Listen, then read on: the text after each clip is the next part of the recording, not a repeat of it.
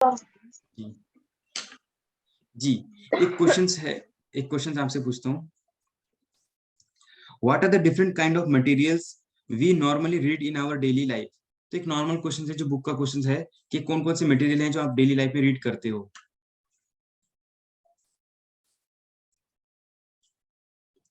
Yes, इसका answer अगर आप जल्दी से नहीं दे पाएंगे 15 सेकंड में तो आपका डिले हो जाएगा। ठीक है, देना है आपको आंसर, नहीं तो हाँ, नहीं तो फिर मैं दूंगा आंसर। बताएं। नोट्स, डायरी वगैरह। हाँ, जैसे अभी हम कम्युनिकेशन का अगर हमारा पेपर है तो अभी डेली हम इसे पढ़ रहे हैं, या जी कल मेरा हिस्ट्री, आज मेरा हिस्ट्री का तो हिस्ट्री पढ़ रहे थे, ऐसे ही काफी सारी चीजें। जी, बिल्कुल ठीक, आपने राइट आंसर दिया, आपका एक पॉइंट बन गया आपका। ठीक है, चलिए next. How is reading traditionally use in the education? ठीक है, सॉरी, क्लासरूम। तो जो रीडिंग है वो ट्रेडिशनली किस प्रकार से यूज होती है? हाउ, कैसे यूज होती है? रीडिंग हम करवाते हैं, ट्रेडिशनल है हमारा रीडिंग करने का, तो क्लासरूम में हम कैसे रीडिंग करवाते हैं, क्या उसका यूज है? सर उसमें हम ये देखते हैं कि जो स्टूडेंट है वो अच्छे से रीड करे, और उसका जो मतलब मोटिव है रीड करवाने का, हमारा मोटिव जो है रीड करवाने का, हम ये चाहते हैं कि जो स्टूडेंट है उसको अच्छे से रीडिंग आए। वो अगर अगर कुछ वर्ड्स गलत भी बोलता है बिगनिंग में, तो तो उसके वर्ड्स को हम करेक्ट करते हैं। तो ये मोटिव होता है, या एब्सोल्यूट एब्सोल्यूट राइट, आपने बिल्कुल ठीक बताया। ट्रेडिशनली यूज जो हम रीडिंग यूज करते थे क्लासरूम में, इस कंसोलिडेटेड द ओरल वर्क जो हमारा होता था, जिसमें हम स्टूडेंट्स क्या करते थे, make them see the relationship between the speech and sound. जो हम लिखे थे, जो हम साउंड स्पीक करते हैं, और जो रिटन सिंबल्स होते हैं उनको बोल करके जब हम बोलते हैं और जो हम देख पढ़ते हैं, तो दोनों के बीच में एक अच्छा रिलेशन हमारा डेवलप होता है, जब हम उसको सुन सुन के फिर बाकी स्टूडेंट भी उसको लर्न करते हैं, चीजें सीखते हैं। ठीक है, असाइनमेंट या एग्जामिनेशन, ये चीजें होते हैं जो वर्ड हम सुनते हैं, वो चीजें मतलब जिस प्रकार से लिखा होता है उसको किस प्रकार से हमें बोलना है। ठीक है, mention at least 5 purpose for which we read in a real life. Real life में से कोई 5 पर्पस बताएं जहाँ पे हम रीड करते हैं।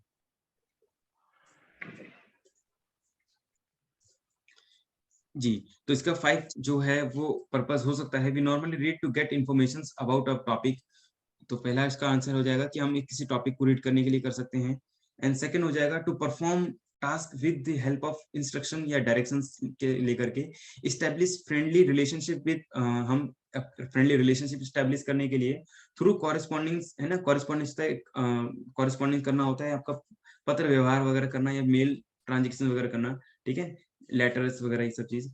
टू नो अबाउट प्रोग्राम्स, क्या किस तरह के प्रोग्राम्स चल रहे हैं, गुड्स एंड सर्विस एक्सेट्रा से रिलेटेड। टू गेट एंजॉयमेंट या फिर एक्साइटमेंट। ये सारी वो चीजें हैं डेली रूटीन लाइफ में जहाँ पे हम रीडिंग्स करते हैं या फिर हम कम्युनिकेट करते हैं। ठीक है,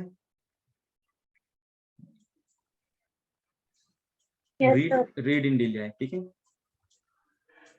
एक क्वेश्चन और है, why do you think we need to learn reading as a skills? Reading को एक स्किल्स की तरह हमें क्यों लर्न करना चाहिए, ये आपको नहीं बताना है। रीडिंग को एक स्किल्स की तरह, जी बताएं। रीडिंग क्या इतनी इंपॉर्टेंट है कि इसको स्किल्स की तरह करना है? यस सर, रीडिंग बहुत इम्पोर्टेंट है, क्योंकि अगर रीडिंग नहीं आएगी तो हम वर्ड्स को जो है जानेंगे नहीं, कि मतलब वर्ड्स के मीनिंग्स नहीं जान पाएंगे रीडिंग के बिना, रीडिंग के। राइट। और जैसा कि अभी मैंने एग्जांपल दिया था क्लासरूम का, वो जो था, स्टूडेंट को रीडिंग करवाना एक तो बहुत ज्यादा इम्पोर्टेंट है। अगर वो कुछ वर्ड गलत बोलता है तो हम उसे करेक्ट करते हैं, इसी वजह से रीडिंग बहुत इम्पोर्टेंट हो जाती है, और उसके मीनिंग्स वगैरह भी जानते हैं हम। तो ऐसा मुझे बिल्कुल लगता है। बिल्कुल राइट। ठीक है, तो इसमें आंसर हो जाएगा इसका, बिल्कुल ठीक बताया आपने कि reading is an important activity in which students are likely to engage themselves in during their study, later in their jobs, even in personal life. तो रीडिंग चाहे वो पर्सनल लाइफ में हो, चाहे वो देर बाद में, चाहे वो जॉब्स में जाए तब, so it will develop their skills to enable cope up with the demands, जिसे डिमांड के साथ वो कॉप अप करने के लिए भी बहुत ज्यादा नेसेसरी हो जाता है। तो कोई भी स्टूडेंट जब वो क्लास में रीडिंग करते हैं, फिर वो अपनी जॉब पर जाते हैं, वहां भी रीडिंग करनी होती है कई बार, मेनी टाइम्स, और चाहे वो उनकी पर्सनल लाइफ में भी रीडिंग करने का अपॉर्चुनिटी जब भी अवसर मिले, जो भी हम बोल सकते हैं, तो वो बहुत ज्यादा उनके डिमांड के साथ कॉप अप करने के लिए हमें रीडिंग स्किल्स को भी एक एज ए स्किल्स की तरह डेवलप करना चाहिए, राइट। चलिए भी हम मूव कर रहे हैं आगे नेक्स्ट क्वेश्चंस के लिए।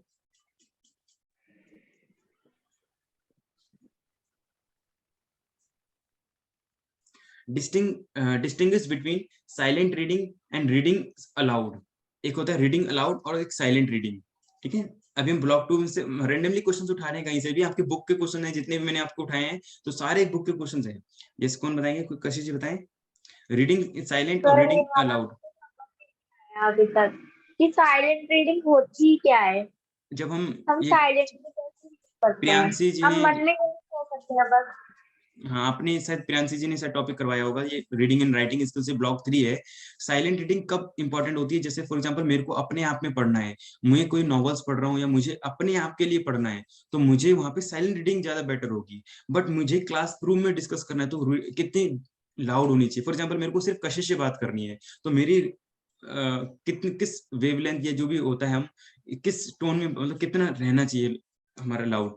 तो ये सब चीज है, दोनों में डिफरेंस है। एक है हमारा रीडिंग इन साइलेंट और रीडिंग होता है loud, these are the difference. एक होता है रीडिंग इन साइलेंट, ठीक है, साइलेंस में, और एक होता है अलाउड। अलाउड मतलब तेज बात करना। तो एक दोनों में डिफरेंस है, साइलेंस कहाँ कहाँ इंपॉर्टेंट है और अलाउड कहाँ कहाँ इंपॉर्टेंट है।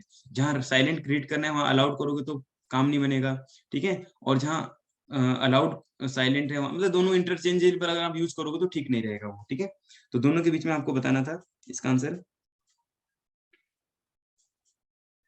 Silent reading is the reading meaning and for meanings, अगर आपको समझना है ध्यान से, it is more common activity than reading aloud. तो रीडिंग अलाउड से ज्यादा जो कॉमन एक्टिविटी है वो रीडिंग इन साइलेंट है। हम मोस्टली क्या रीडिंग कैसे रीडिंग करते हैं, साइलेंट में ही रीडिंग करते हैं, ठीक है, which is done in the limited context. Silent reading is the easier and faster than the other. तो इस तरीके से आप इसमें बता सकते हैं कि साइलेंट रीडिंग क्या होती है, जनरली फास्टर होती है, राइट।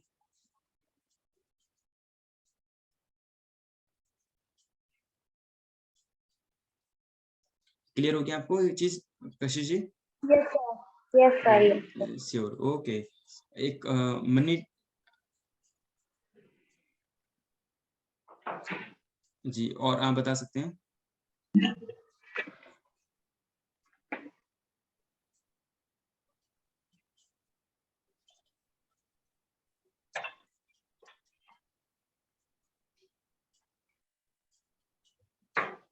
खुशी जी, आप भी बताना चाहते हैं कुछ?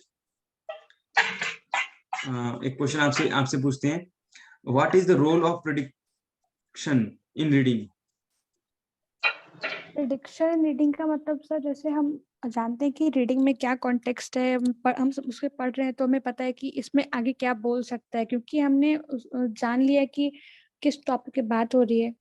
तो स्टार्टिंग के 2-3 पैराग्राफ या फिर लाइन पढ़ के हमें जब कुछ आइडिया लग जाए कि हाँ इस चीज से बात हो रही, तो हम एक टाइप से उसको फिर प्रिडिक्ट करने लगते हैं कि हाँ आगे अब जो राइटर है वो क्या बोल सकता है। तो वो प्रिडिक्शन होता है रीडिंग में।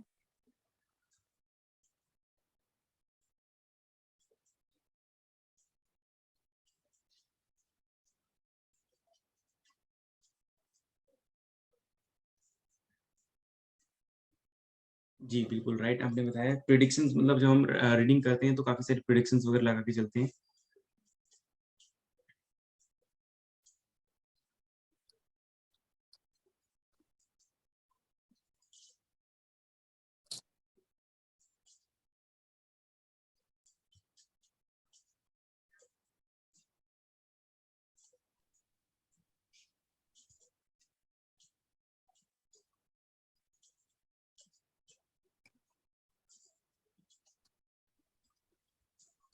जी नेक्स्ट क्वेश्चन कौन बताएंगे?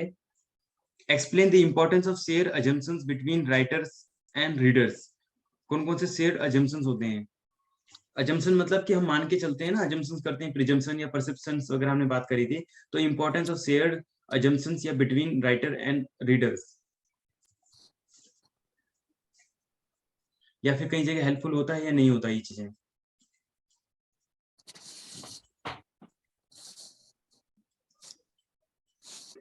हाँ जी बताएं। पुष्पा, पुष्पा क्या करेगा? पुष्पा समझ के क्या समझे? हाँ जी बताएं। पुष्पा नाम सुन के क्या समझे?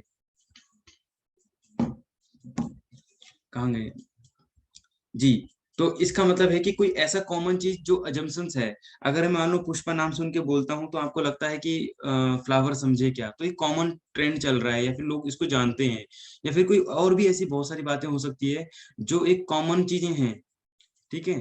तो वो यहाँ पे आप ये कह सकते हैं कि ये अजम्पशंस है कि सामने वाला इसको इसी कॉन्टेक्स्ट में समझ रहा है ना, किसी और अदर कॉन्टेक्स्ट में नहीं लेके जाएंगे वो उस पर्सन को, मतलब सॉरी उस चीजों को। तो यहाँ पे रीडिंग करते समय या राइटिंग करते समय इस चीज का बहुत खास ध्यान रखना चाहिए, क्योंकि हमारे मीनिंग कब लिख रहे हैं और किस टाइम में क्या मीनिंग हो सकती है, उसमें डिफरेंसेस आने के चांसेस होते हैं। तो most share assumptions the better communications, तो वो होता है विदाउट शेयर अजम्पशंस, ठीक है? Without share assumptions comprehension of the writer's message will be extremely different if not impossible, लेकिन impossible नहीं है ये, ठीक है? बट कुछ ना कुछ शेयर अजम्पशंस होते हैं।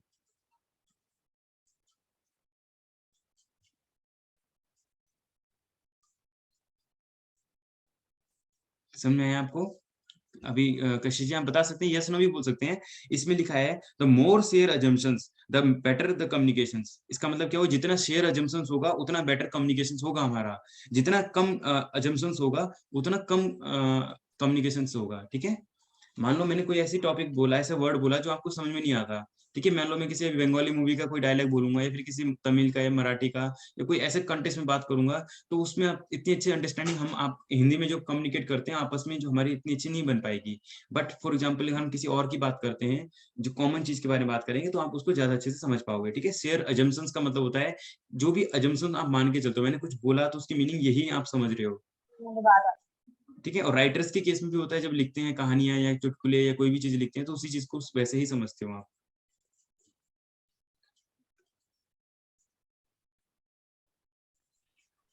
Okay sir.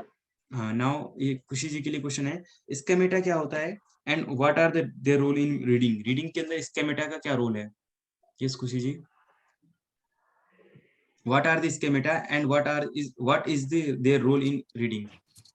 सर स्कीमेटा हमारा वो होता है जो मतलब हमने पहले से पढ़ रखा है। जैसे अगर हम 6th क्लास की बुक कोई पढ़ रहे हैं तो वो उसमें ट्राई करते हैं कि स्कीमेटा मीन्स मतलब पुराने जो हमने 5 में पढ़ा है उससे रिलेट करके हम 6 का वो बुक पढ़ सके। तो वो उसमें लिख देते हैं that you have read previously in class. तो वो यस जो हमने रीड करा है क्लास 5 में वो हमारा वो पार्ट वो पोर्शन हमारा स्कीमेटा होता है। और उस प्रोसेस के थ्रू रीडिंग करके समझना, इंटरप्रिटेशन निकालना, वो हमारा स्कीमेटा थ्योरी होता है। जी, okay thank you. What is the nature of reading process? Reading process का क्या नेचर है? पैसिव, एक्टिव या इंटरेक्टिव? एक्सप्लेन। जो रीडिंग प्रोसेस होते हैं ना, तीन, पैसिव, एक्टिव और इंटरेक्टिव, तीनों बताने हैं। सर पैसिव ही होता है क्योंकि एक्टिव तो होते नहीं है वो लोग। वो लोग तो सिर्फ दूसरों के लिखे हुए व्यूज पढ़ते हैं, खुद का भी वो व्यूज दे नहीं सकते उस चीज पे। हाँ ये हो सकता है कि वो अपने थॉट्स प्रोसेस को चेंज कर सकते हैं उसको पढ़ के। उनकी थॉट पे इफेक्ट पड़ता है, वो राइटर की तरह सोचने लगते हैं। और ये हो राइट। सकता है, लेकिन ये नहीं कह सकते कि वो एक्टिव रोल में है या फिर इंट्रैक्शन भी कर रहे हैं। एक तरीके से वो राइटर से इंट्रैक्शन कर रहे हैं, उनकी बात को समझ रहे हैं, लेकिन खुद की बात नहीं रख पा रहे, लेकिन उसकी बात वो सुन रहे हैं, समझ रहे हैं। ये वन साइडेड इंट्रैक्शन हो गया हमारा। Reading is an interactive process होता है इन्वॉल्विंग अस। आपने क्या बताया था, पैसिव? हाँ, इसमें आपने इंटरेक्टिव दोनों आपने अच्छा, मतलब आपने क्या बोलते हैं इसको, डिप्लोमेटिक आंसर करा था, बैलेंस आंसर किया आपने। आपका आंसर बिल्कुल बैलेंस था। Reading is an interactive process involving in a simultaneous interactions of bottom up decoding of text with a reader. जो बॉटम अप यानी कि रीडिंग जो है, उसने राइटर ने जो लिखा है उसको समझ रहे हैं अपने माइंड से भी। तो याद है लिसनिंग में भी हमने पढ़ा था कि कोई पैसिव लिसनिंग नहीं हो सकता, क्योंकि आपको इंटरप्रेट करना पड़ेगा, अपने माइंड को यूज करना पड़ेगा, या फिर जो रीडर्स का जो स्केमेटा प्रोड्यूस मीनिंग, जो उसकी मीनिंग को समझने के लिए, ठीक है? चलिए नेक्स्ट क्वेश्चन करें। Yes sir. How do you say the reading is purposeful? Reading को पर्पसफुल कैसे कह सकते हैं? How would you say that reading is purposeful? Reading को हम पर्पसफुल ऐसे कह सकते हैं, जैसे हम ऐसे तो कोई चीज के लिए रीडिंग करते नहीं कि हाँ चलो आज मन किया तो रीडिंग कर लेते हैं। हम कुछ एक पर्टिकुलर इंफॉर्मेशन, एंटरटेनमेंट, इन सब चीजों के लिए रीडिंग करते हैं। तो हमारा कुछ पर्पस होता है रीडिंग करने के पीछे, तो इसीलिए हम कहते हैं कि रीडिंग जो है पर्पसफुल है। तो हम रीडिंग कर रहे हैं तो नॉवल पढ़ रहे हैं तो हमें एंटरटेनमेंट चाहिए, अगर हम न्यूज पढ़ रहे हैं तो हमें इंफॉर्मेशन चाहिए। तो इसीलिए कहा गया है कि हमारा जो रीडिंग है वो पर्पसफुल है। हाँ, ओके, राइट। तो जैसे भी खुशी जी ने बताया कि रीडिंग इज मतलब जब हम कोई भी रीड करते हैं तो कोई ना कोई पर्पस होता है। जो भी कोई आप में से हम बुक्स रीड करें तो हमारा कोई पर्पस है कि हमारे एग्जाम देने हैं, हमें पास होना है, तो हमारा एक गोल है। तो reading is purposeful because it is the purpose. इसका एक पर्पस होता है, कोई भी रीडिंग का विदाउट पर्पस नहीं होता। इसको हम डिटेक्टिव या डायरेक्ट एंड डायरेक्ट कह सकते हैं इसको। When we need text process it suggest what strategy और techniques of reading we need to employ और सेटिस्फाई आवर नीड्स। जैसे उन्होंने बताया कि हम इन्फॉर्मेशन के लिए या फिर अपने एंजॉयमेंट के लिए नॉवेल्स वगैरह पढ़ते हैं, है ना, बहुत सारी स्टोरीज वगैरह पढ़ते हैं, तो हमें कहीं ना कहीं साइकोलॉजिकल सेटिस्फेक्शन मिलती है। तो एक कहीं ना कहीं हमारा पर्पस उसका वो ही रहता है। ठीक है, बिल्कुल, thank you. How is one selective in reading? Selective reading क्या होती है? How is one selective in reading? Yes, कशिश जी के लिए आपके क्वेश्चन है ये। सिलेक्टिव रीडिंग सर, सेलेक्ट करके कोई भी चीज को पढ़ना, मे बी कह सकते हैं। किसी भी, जैसे हम नॉवल को पढ़ते हैं तो उसमें हमें पता होना चाहिए कि हमें आज कौन सी नॉवल पढ़नी है, तो एक तरह से सिलेक्ट करके पढ़ना। या कोई भी एक टॉपिक को पढ़ना है तो फिर उसे भी मे बी ऐसा कुछ ही सिलेक्टिव रीडिंग में आता है बाकी।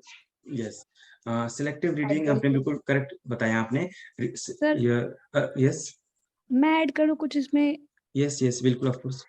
सर ये सिलेक्टिव का मतलब ये हो गया हमारा कि जैसे हम कोई पर्पस के लिए रीड कर रहे हैं, तो जैसे हमारा एग्जाम है तो हमें पता है कि 4 टॉपिक बहुत इंपॉर्टेंट है हमारे, तो वो पूरा चैप्टर तो बहुत वास्ट है, बहुत बड़ा सा है, तो हम उस 4 चैप्टर को ही ढूंढ रहे हैं। तो वो पहले तो हमारा हमें मतलब हमारे नीड के अकॉर्डिंग हमारी वो पर्पस जो होता है वो चेंज होते रहता है।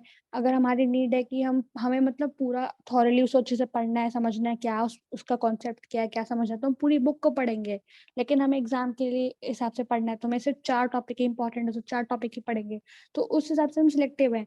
या फिर एक टाइप से एक चीज और, हम ये एग्जाम्पल इसका ये भी हमने बताया था कि टेलीफोन वाला जो इंक्वायरी होता है, हमें सिर्फ अभी हमें काम है डॉक्टर के पास जाने का है तो हमें डॉक्टर का नंबर ढूंढना है।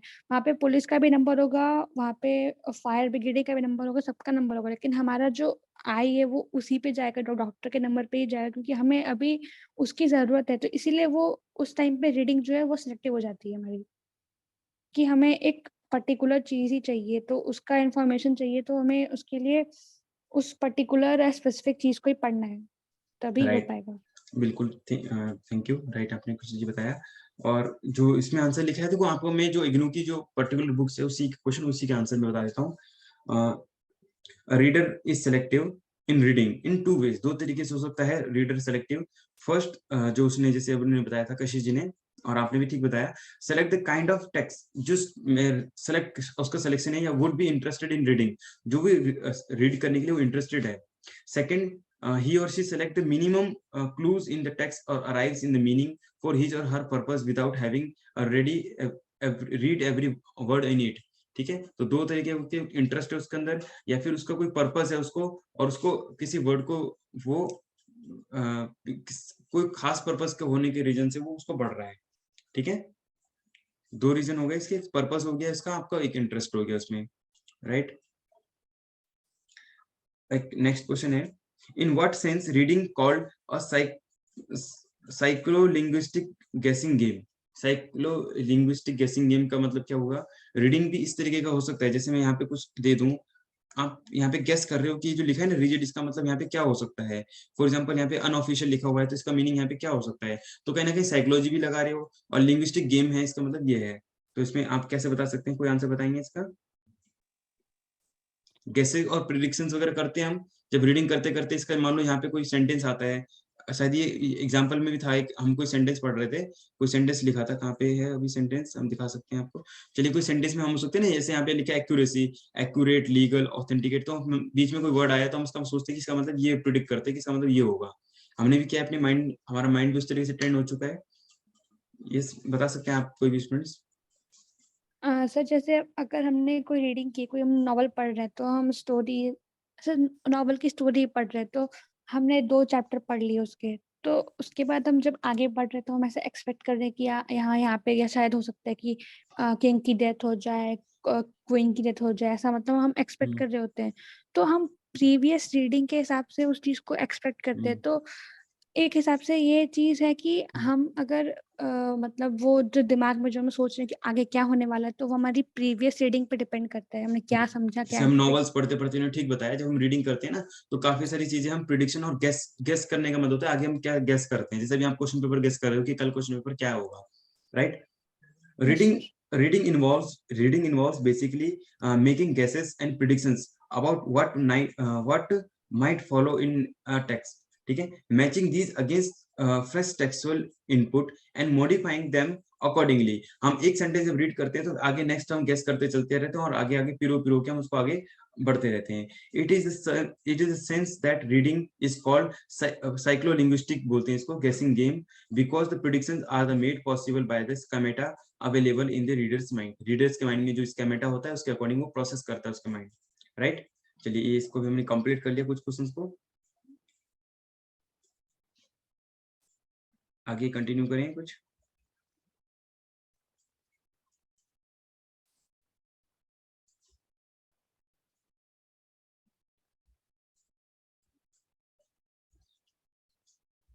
कॉम्प्रिहेंशन बताया था किसी को? कॉम्प्रिहेंशन के 4 लेवल्स बताए थे,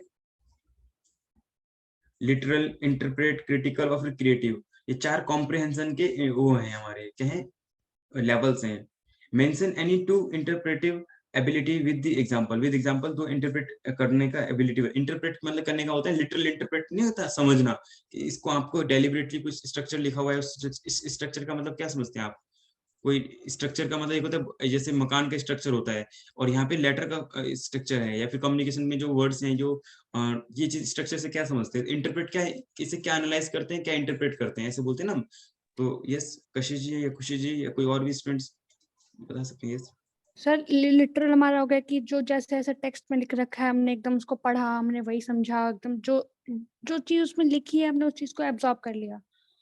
और इंटरप्रेटिव क्या होता है कि हमने टेक्स्ट को पढ़ा, उसमें हमने कुछ अपना दिमाग डाला, कुछ रीडर का देखा, मतलब जो रीडर जो समझाना चाह रहा है, कुछ इनडायरेक्ट चीज़ भी लिखा है, हम उसे भी समझ रहे हैं, तो इंटरप्रेटिव वो होता है। लिटरल में तो सीधी सीधी बात लिखी रहती है, जो बस पढ़ो और इन्फॉर्मेशन गैदर कर लो। यस. ये चीज़ हम इसका एग्ज़ाम्पल ऐसे ले सकते हैं कि जैसे हमारा एक पोएम है और एक हमारा न्यूज़ है। तो हम न्यूज़ जो पढ़ते हैं तो न्यूज़ साफ-साफ लिखा हुआ है इन्फॉर्मेशन पूरा, तो हम उसे समझ लेते हैं कि हाँ, ये पूरा एकदम जो भी लिखा है एकदम करेक्ट वही चीज़ हमें समझनी है। और पोएम में क्या होता है कि सर हमारा एक 2 लाइन्स की हमारी एक पोएम है, तो उसमें जो पोएट है वो कुछ मतलब मिस्टीरियस वर्ड से अपनी कोई बात रखना चाह रहा है, तो हम उसे पढ़ के अपनी कुछ अंडरस्टैंडिंग्स लगा के उसे समझ रहे हैं, तो वो हमारा इंटरप्रिटेटिव है। राइट. तो इसमें 4 जो कॉम्प्रिहेंशन की 4 लेवल्स कौन-कौन से थे? पहला था आपका, पहला पहला लिटरल लेवल, है सर, लिटरल। हाँ, पहला है लिटरल. दूसरा हमारा इंटरप्रिटेटिव है। पहला कॉम्प्रिहेंशन के 4 लेवल, लिटरल होता है, दूसरा होता है इंटरप्रेट, इंटरप्रिटेटिव और तीसरा हमारा क्रिटिकल है क्रिटिकल, और चौथा हमारा क्रिएटिव है। क्रिएटिव. तो ये 4 लेवल्स हो गए हमारे किसके?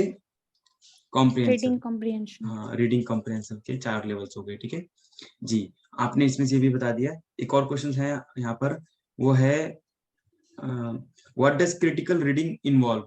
क्रिटिकल रीडिंग क्या होती है? वो क्या क्या इन्वॉल्व करता है क्रिटिकल रीडिंग? क्रिटिकल रीडिंग में सर हमारा हो गया कि हमने किसी टेक्स्ट को किसी चीज को पढ़ा, फिर जो टेक्स्ट ने लिख रखा है वो तो हमने पढ़ा ही, उसके बाद हम उसमें अपना व्यूज भी घुसा रहे हैं कि हाँ ये अगर ये ऐसे करता तो ऐसे अच्छा हो सकता था, ये होता तो ऐसा हो सकता, जैसे मतलब हमारे पीएम ने कोई स्कीम निकाल दी, तो हम उस स्कीम को पढ़ रहे हैं, फिर उस पर अपने व्यूज दे रहे हैं, फिर उसका फिर वो क्या बोलते हैं, उसका क्रिटिसिज्म भी कर रहे हैं कि इसने इसमें ये चीज गलत डाली है। जैसे हमारा अभी रिसेंट में ये अग्निवीर वाला कुछ ऐसे आया था, तो उसमें लोगों ने उस चीज का अपोज किया कि 4 साल वाली चीज नहीं होनी चाहिए। तो यहाँ पे लोग उस चीज का क्रिटिसाइज कर रहे हैं कि हाँ ये चीज नहीं होनी चाहिए। तो पहले तो उन्होंने उस इन्फॉर्मेशन को जाना कि क्या है वो चीज, उसके बारे में समझा, फिर अपना व्यू दिया, और फिर उस पे क्रिटिकल मतलब अपने व्यूज रखे, ताकि अ, उनके साथ कोई इनइक्वालिटी ना हो। यस, तो थैंक यू। हाँ, हाँ, बिल्कुल ठीक। तो यस। बताया आपने, ठीक। गिव 2 और 3 example of creative reading. Creative reading होती है ना, उसकी एग्जांपल देने। Creative reading. क्रिएटिव रीडिंग में हमारा आ गया कि हमें क्रिएटिव से मतलब हमें समझ ही रहे कि क्रिएटिव का मतलब कुछ नया एक्सप्लोर करना। तो हम अपने कुछ नए आइडियाज थॉट्स अगर किसी टेक्स्ट में हम इंक्लूड कर रहे हैं, तो वो हमारा क्रिएटिव रीडिंग हो गया। तो उसमें हम थ्रू कुछ मतलब कुछ ड्राइंग वगैरह करके, कुछ उसमें राइटिंग, कुछ स्टोरीज लिख के, कुछ ओरली कुछ बोल के, उसी सेम पैटर्न का अगर हम लिख के उसमें ऐड कर रहे हैं, तो वो हमारा होगा क्रिएटिव रीडिंग। जैसे हमें दिया रहता है हमें एक पैराग्राफ दिया गया है। अब उसके बाद नीचे लिखा है कि हमें एक फ्लो चार्ट दिया है, और उसमें हमें लिखना है कि हाँ पैराग्राफ में जो हमने समझा पैराग्राफ से, उसको हमें उस फ्लो चार्ट पे मीन्स उतारना है।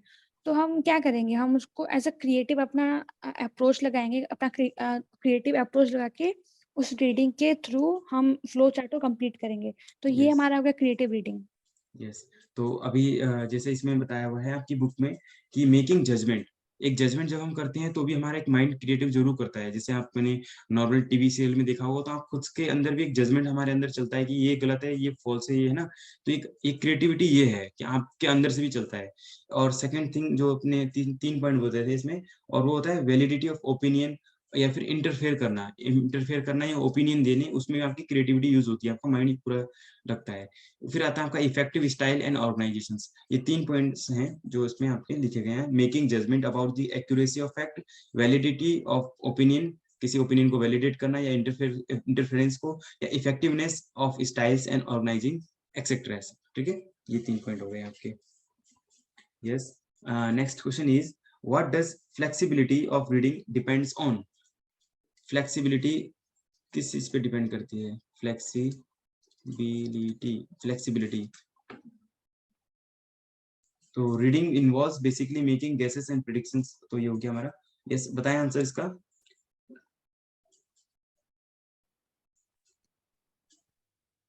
फ्लेक्सिबिलिटी का मतलब सर तो हमारा होता है कि मतलब हम कुछ भी फ्लेक्सिबल है कोई कुछ भी रीड करने के लिए। तो फ्लेक्सिबिलिटी ऑफ रीडिंग में कुछ इसी पे डिपेंड करता है। क्वेश्चन सर कुछ समझ में नहीं आया अभी। Reading and writing skills block 3 है, उसी में से क्वेश्चन है। ठीक है, इंग्लिश कम्युनिकेशन स्किल्स जो ब्लॉक 3 है ना, उसी में से है ये क्वेश्चन है। उसमें ये क्वेश्चन है आपका, what does the flexibility of reading depends on. तो रीडिंग्स की जो फ्लेक्सिबिलिटी है वो किस किस चीज पे डिपेंड करती है? जब आप रीड करते हो तो कौन कौन सी फ्लेक्सिबिलिटी है? एक तो है ड्रामास्टिक या रोल प्लेइंग, या ड्रामा हो रहा है ना, dramatic role playing. And second thing is, वो है आपका rewriting from a different point of view.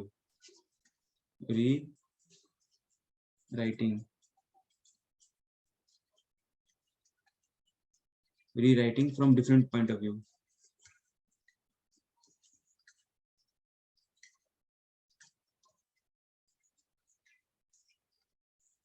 View.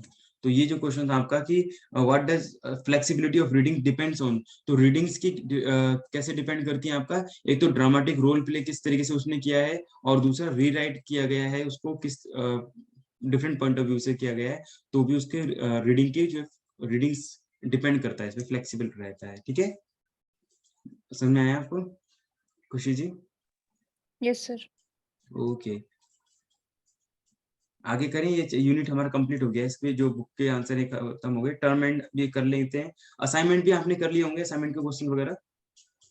हाँ कर लिए सर। Thank you. सर एक डाउट था, ये जो एक क्वेश्चन का ये what is where is oral mode use और रिटन मोड यूज, इसका एक बार एक्सप्लेन कर देते वापस से तो हल्का क्लियर हो जाता फिर से।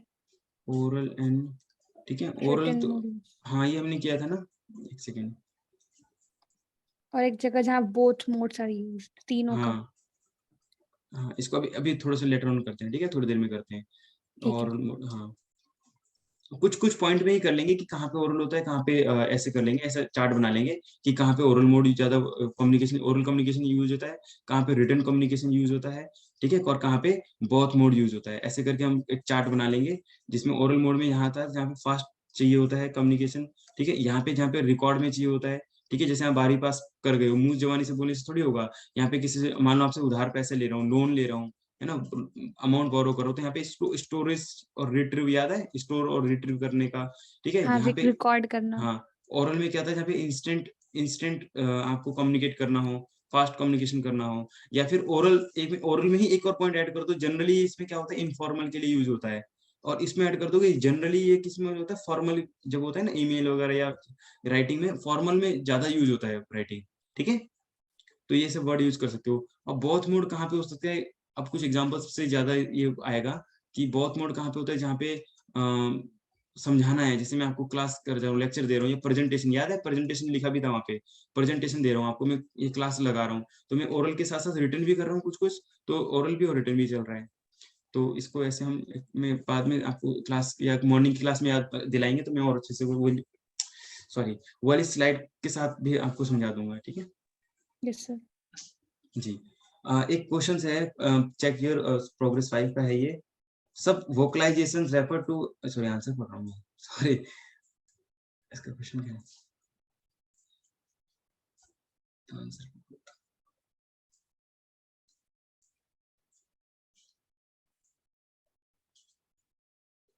हाँ, व्हाट मीन बाय सब वोकलाइजेशन, वोकलाइजिंग, वोकलाइजिंग सब वोकलाइजिंग क्या होता है बताएं, सब वोकलाइजिंग, सब वोकलाइजिंग, कैसे are you there, sorry, no, good night. तो सब वोकलाइजिंग क्या होता है, कोई नहीं बताएंगे तो मैं तो बताऊंगा ही, ठीक है। Subvocalising refer to the act of forming the sound of the words we are reading and even murmuring them aloud, ठीक है, कुछ ऐसा फील करवाना जैसे हम सब वोकलाइज का मतलब हम मर्मर बोलते पढ़ते नहीं है लेकिन फिर भी हम मर्मरिंग करते हैं, ठीक है,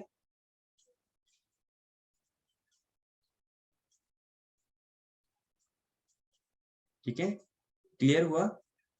अगेन मैं इसको रीड करूं, subvocalising refer to the act of forming, हम ये एक एक्ट होता है, एक प्रोसेस होता है जिसमें हम क्या करते हैं, forming of sound of words, ऐसे कुछ वर्ड्स होते हैं जो हम रीड करते हुए क्या करते हैं, तेज तो पढ़ते हैं लेकिन हम इवन भी हम मर्मरिंग देम अलाउड, हम ऐसे मतलब कोई ऐसा वर्ड आता है जिसमें, जैसे अमेरिका के जो प्रेसिडेंट है ना, मैकडोनाल्ड, ठीक है, तो उनका जो है ना, वो इंडिया में आए थे, तो कुछ ऐसा बोलना, तो क्या है, अमेरिका के प्रेसिडेंट कौन है, मैकडोनाल्ड थे ना पहले,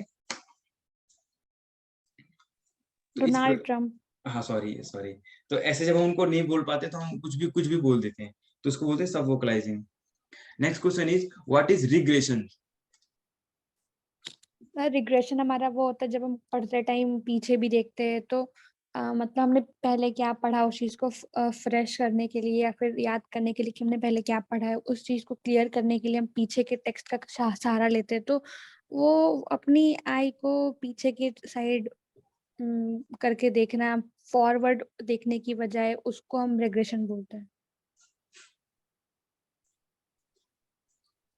यस बिल्कुल आपने करेक्ट बताया, regression refer to the tendency of the eyes to move backward और print instead of moving forward, हम कई बार हम आगे, अच्छा ये आगे इसमें क्वेश्चन, फुल क्वेश्चन में पढ़ दूं कि ये एक फॉल्टी टेंडेंसी भी है रीडिंग की टेक्निक में, मतलब एक गलत भी है सही है, इसको भी एक्सप्लेन करना था, तो नो इसका आंसर है no, sometime even a skilled reader may do it, मतलब हो सकता है स्किल्ड रीडर होता है वो भी इस तरीके की चीजें करते हैं ताकि क्लियर करने के लिए, क्लियरिटी लाने के लिए, मॉडिफाई हिज और हिज अर्लियर प्रिडिक्शंस जो पहले किया गया था उसको सही करने के लिए, in the light of fresh textual close, fresh textual clues मतलब कि मैंने एक सेंटेंस ये पढ़ा, फिर एक और सेंटेंस पढ़ा, फिर एक और सेंटेंस पढ़ा, लेकिन यहाँ पे सेंटेंस पढ़ने के बाद मैंने को ये रियलाइज हुआ कि जो मैंने यहाँ पे प्रेडिक्शन करी थी ना इस वर्ड के बारे में, या यहाँ पे ये जो पर्टिकुलर वर्ड था मैंने यहाँ पे इसकी मीनिंग गलत समझ ली थी। अब यहाँ पे पढ़ने के बाद मुझे इसकी एक्चुअल मीनिंग पता लगी, होता है ना ऐसा, तो फिर हम उसको थोड़ा सा वापस से रीड भी करते हैं, उसको फिर करेक्ट भी कर सकते हैं वहां पर, होता है ऐसा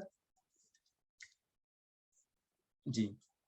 कुछ ये हो गया हमारा, कुछ और क्वेश्चंस हैं देख लेते हैं इसको भी। Look for the meaning and the words in given, use dictionary, decide part of speech, ये हो गया। Find how long the words has been in circulation, से भी कुछ क्वेश्चंस हैं। What are the different meaning of word light, use word in the sentence. अच्छा, ये कुछ ऐसे हैं जो एंशिएंट पैसेज से लिए गए हैं, होता है ना जो अनसीन पैसेज में कोई वर्ड है उससे रिलेटेड मीनिंग पूछी गई है, ये सब चीजें। और इसके होमोफोन्स तो आप अच्छे से बता सकते हैं। यस खुशी जी, होमोफोन्स बताइए एक बार। कोई भी दो वर्ड्स जो सेम टू सेम साउंड करते हैं लेकिन उनका मीनिंग अलग अलग होता है, जैसे हमारा आई हो गया और आई हो गया, तो आई का मतलब मैं होता है और आई का मतलब आंखें होती है हमारी, तो वो हमारे होमोफोन्स हो गए। फिर और हमारा जैसे हो गया एक सीट और एक सिट, तो सीट हमारा जगह हो गया, सिट हमारा बैठना हो गया। और वैसे ये फ्लावर और फ्लावर, तो फ्लावर मतलब वो आटे वगैरह ये सब, और फ्लावर का मतलब हमारा वो होता है फूल। और फिर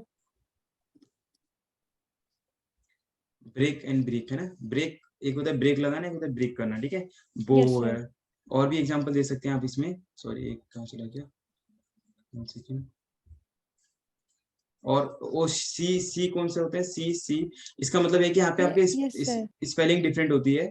यहाँ पे ये होता है आपका जैसे सी है ना, और आपका शी है, थोड़ा एक जैसे लग रहा है ना। और कौन सी हो सकता एक है, हमारा सी और एक सी है, देखने वाला सी, और एक ये सी। और भी सी होते हैं, एक सी ऐसे भी सी होता है, ठीक है। तो कहीं यस। मतलब वर्ड आपके स्पेलिंग डिफरेंट है, और बट ओनली सिर्फ होमोफोन्स में क्या होता है, आपका प्रोनाउंसिएशन एक जैसा लगता है, हल्का फुल्का लुक अलाइक होते हैं, बट मीनिंग आपकी डिफरेंट होती है, राइट। तो ये कुछ वर्ड्स में आप कह सकते हैं, ठीक है। और give example of 5 set of homophones, ये आपको बुक का क्वेश्चन पढ़ रहा हूँ मैं आपको, इसमें लिखा है give example of 5 set of homophones, तो आप इसमें बता सकते हैं कौन कौन से हो सकते हैं वो। एक और क्वेश्चन है, you must have notice warning on any cars taxi, keep distance, power brake, है ना। व्हाट इज रॉन्ग, तो क्या रॉन्ग होता है इसमें, कीप डिस्टेंस या पावर ब्रेक जो वर्ड है इसमें।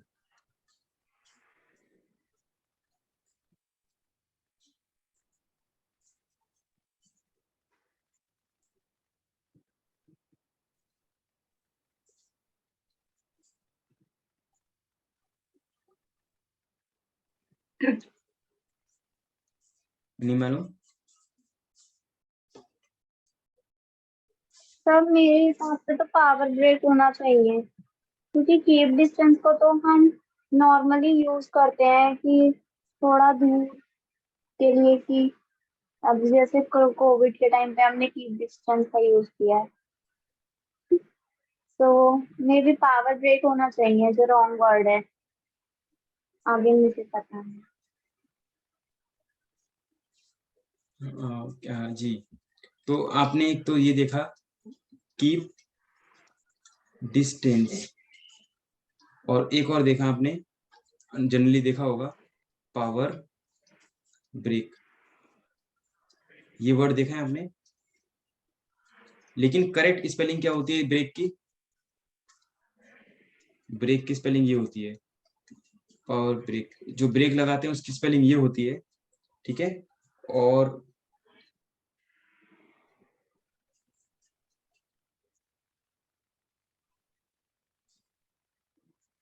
हाँ, तो बस ये इसमें था, ठीक है, जो मुझे मिला।